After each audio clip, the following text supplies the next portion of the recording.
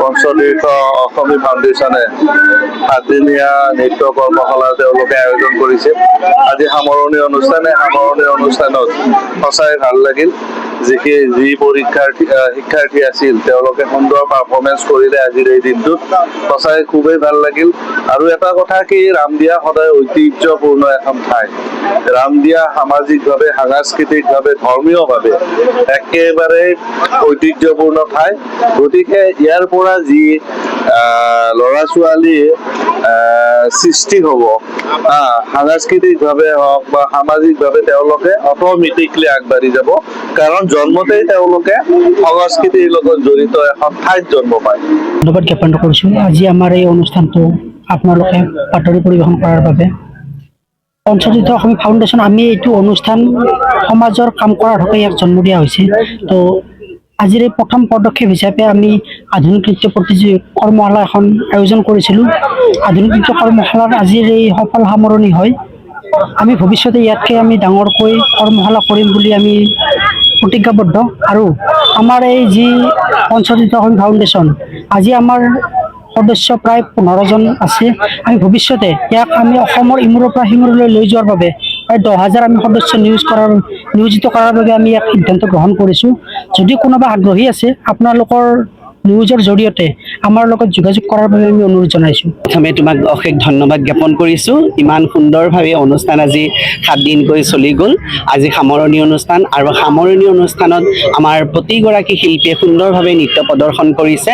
আৰু আমাৰ লগত আছে আমাৰ বিনন্দী চন্দ্ৰ মেধি মহাবিদ্যালয়ৰ অধ্যক্ষ মহোদয়, আৰু অধ্যক্ষ মহোদয়ে খুব সুন্দৰভাৱে আমাক এই অনুষ্ঠানটো তেওঁৰ প্ৰাংগণত কৰিব দিয়াৰ কাৰণে তেখেতক মই এই চেগতে অশেষ ধন্যবাদ জ্ঞাপন কৰিছোঁ।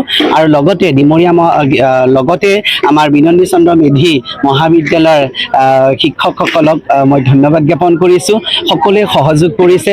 আৰু ইয়াৰ পিছতে আমাৰ যি আজি অনুষ্ঠানটো হৈছে পঞ্চতীৰ্থ অসমী ফাউণ্ডেশ্যনৰ উদ্যোগত আৰু বিনন্দী চন্দ্ৰ মেধি মহাবিদ্যালয়ৰ ৰামদিয়াৰ IQAC-ৰ সহযোগত এই 7দিনীয়া কৰ্মশালাখিনি খুব সুন্দৰভাৱে হৈছে।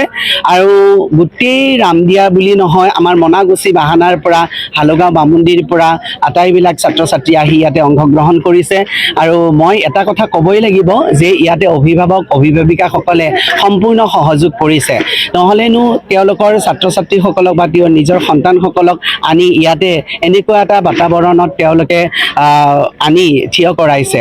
তেওঁলোকৰ অধীৰ আগ্ৰহ আৰু নিজৰ সন্তানে ভৱিষ্যতে যাতে এই নৃত্য শিক্ষালৈ আগবাঢ়ি যাব পাৰে, তাৰ কাৰণে সেই সুনিশ্চিত কৰিবৰ কাৰণে তেওঁলোকে ইয়াতে নিজৰ সন্তানক দিছে। আৰু মই বহুত সুখী হৈছোঁ, কাৰণ প্ৰথমবাৰৰ বাবে আমি এই ৰামদিয়াৰ আমাৰ মহাবিদ্যালয়ৰ প্ৰাংগণত আমি আধুনিক নৃত্যৰ কৰ্মশালা কৰিছোঁ। এনেতো আমি শাস্ত্ৰীয় নৃত্যৰ কৰ্মশালা কৰি আহিছোঁ, কিন্তু এইবাৰ আমি আধুনিক নৃত্যৰ কৰ্মশালা কৰিছোঁ। আমাৰ তৃষ্ণামণি দাস আৰু মৃদুলা কলিতা দুয়োগৰাকী মূৰীয়া ছাত্ৰী। আৰু এই 7 দিনত আমি ল'ৰা ছোৱালীসকলক এনেকুৱাকৈ শিক্ষা প্ৰদান কৰিছোঁ যে আজি তাৰ ফলাফল আপোনালোকে দেখিছে। সুন্দৰভাৱে তেওঁলোকে প্ৰতিটো নৃত্যই নিজৰ অংগী ভংগীৰে, হস্তমুদ্ৰাৰে দেখুৱাইছে। আৰু লগতে যাতে উঠি অহা ভৱিষ্যত প্ৰজন্মই এই নৃত্য শিক্ষা লৈ যাতে তেওঁলোকে আকৌ আগুৱাই যাব পাৰে, সকলোৱে যাতে মন প্ৰাণ খুলি এই নৃত্য কৰিব পাৰে। কাৰণ বিদ্যালয়ত যিখিনি সময়ত থাকে, পঢ়া পাতিৰ লগত ব্যস্ত থাকে, আৰু সেইখিনি সময়ত তেওঁলোকে নৃত্য কৰাৰ সুবিধা নাপায়। কিন্তু এই গৰমৰ বন্ধতে তেওঁলোকে ফুৰিব চাকিব যোৱাৰ লগে লগে আমি মাত্ৰ আবেলিহে কৰিছোঁ। ৰাতিপুৱাৰ পৰা তেওঁলোকে 4টা বজালৈকে বিভিন্ন কামত জড়িত হৈ থাকিব পাৰে, আৰু বাকী 4টাৰ পৰা আমি 6টা বজালৈকে তেওঁলোকক 2 ঘণ্টাকৈ নৃত্য শিক্ষা দিছিলোঁ আজি 7 দিনা এটি।